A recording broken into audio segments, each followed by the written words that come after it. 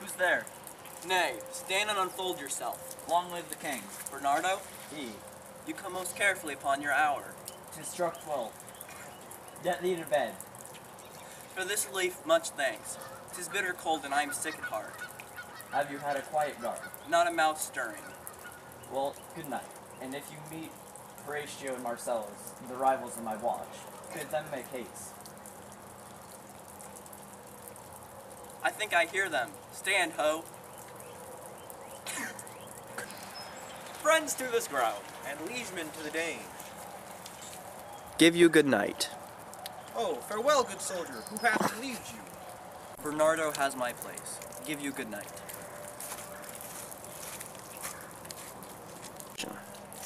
Holla, Bernardo! Say, what is Horatio there? A piece of him! Welcome, Horatio. Welcome, good Marcellus. What is this thing that has appeared against me? I have seen nothing. Horatio says 'tis but our fantasy, and will not let belief take hold of him. Touching this dreaded sight, twice seen of us, therefore I have entreated him along with us to watch the minutes of this night. Therefore that the apparition may appear again, he may approve our eyes and speak to it. Tush, tush, it will not appear.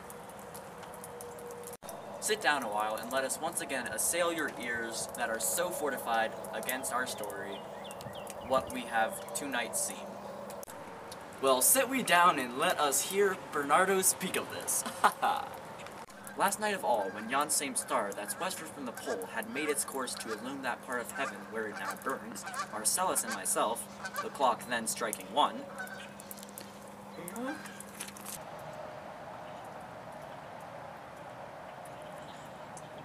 Peace, break thee off. Look where it comes again. the same figure like the dead king. Thou art a scholar, speak to it, Horatio. Looks it not like the king that is dead? Mark it, Horatio. Most like it. Hurls me with fear and wonder. What art thou that usurps me this time of night, together with form fair and warlike form, in which the majesty of buried Denmark did march? By heaven, I charge thee, speak! It is offended. Go to it, Horatio. Stay! Speak! Speak! I charge thee, speak! See, it stalks away.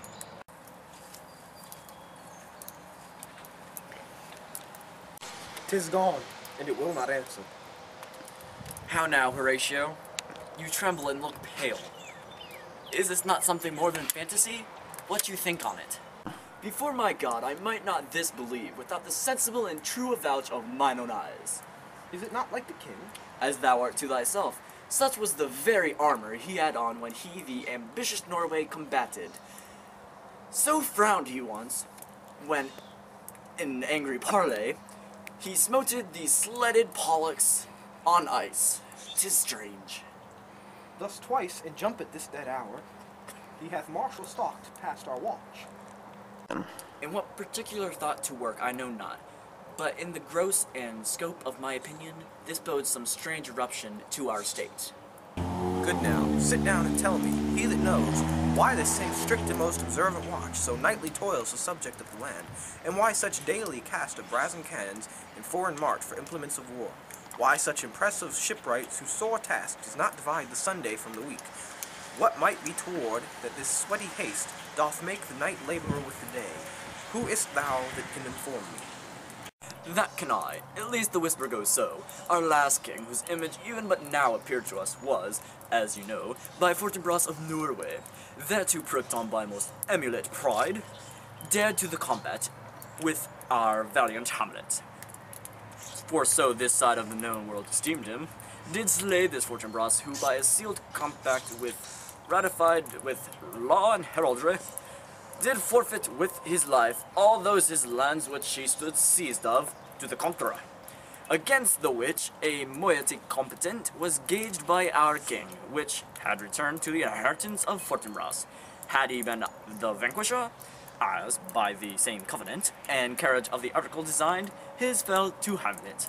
Now, sir, young Fortinbras, of unimproved metal, hot and full, hath in the skirts of Norway here and there sharked up a list of lawless resolutes for food and diet, to some enterprise that hath a stomach in it, which is no other, as it doth well appear unto our state, but to recover of us, by a strong hand in terms compulsatory, those foresaid lands so by his father lost. And this, I take it, is the main motive of our preparations, the source of this our watch, and the chief head of this post-haste and rummage in the land.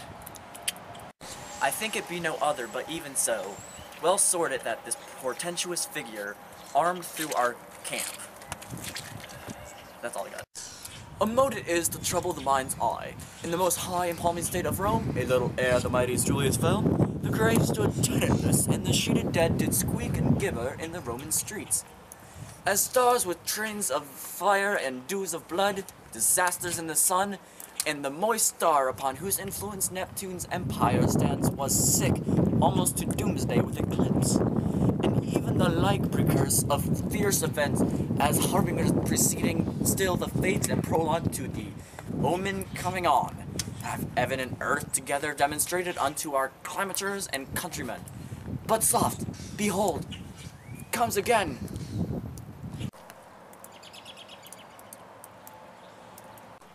I'll cross it, though it blast me. Stay, illusion, if thou hast any sound or use of voice, speak to me. If there be any good thing to be done, that made the to thee due ease and grace to me, speak to me. Or if thou hast upboarded in thy life extorted treasure in the womb of earth, for which they say your spirits of off walk in death speak of it, stay and speak. Stop it, Marcellus. Shall I shoot at it with my partisan? Do if it will not stand. 'Tis here!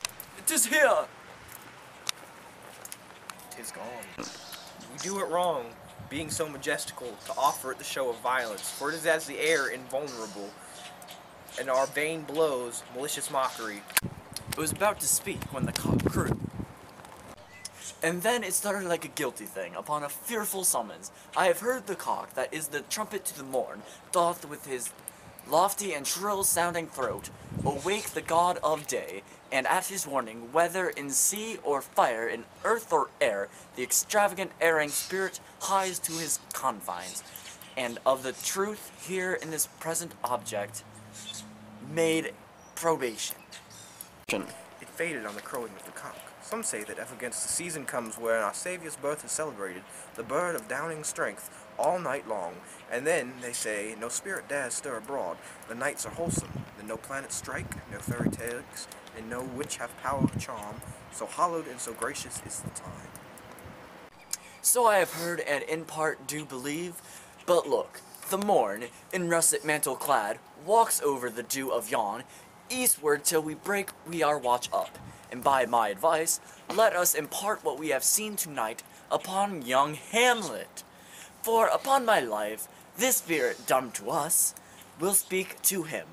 Do you consent that we shall acquaint him with it, as needful in our love, fitting our duty? Let's do it, I pray, and I know where to find him this morning most conveniently. The end.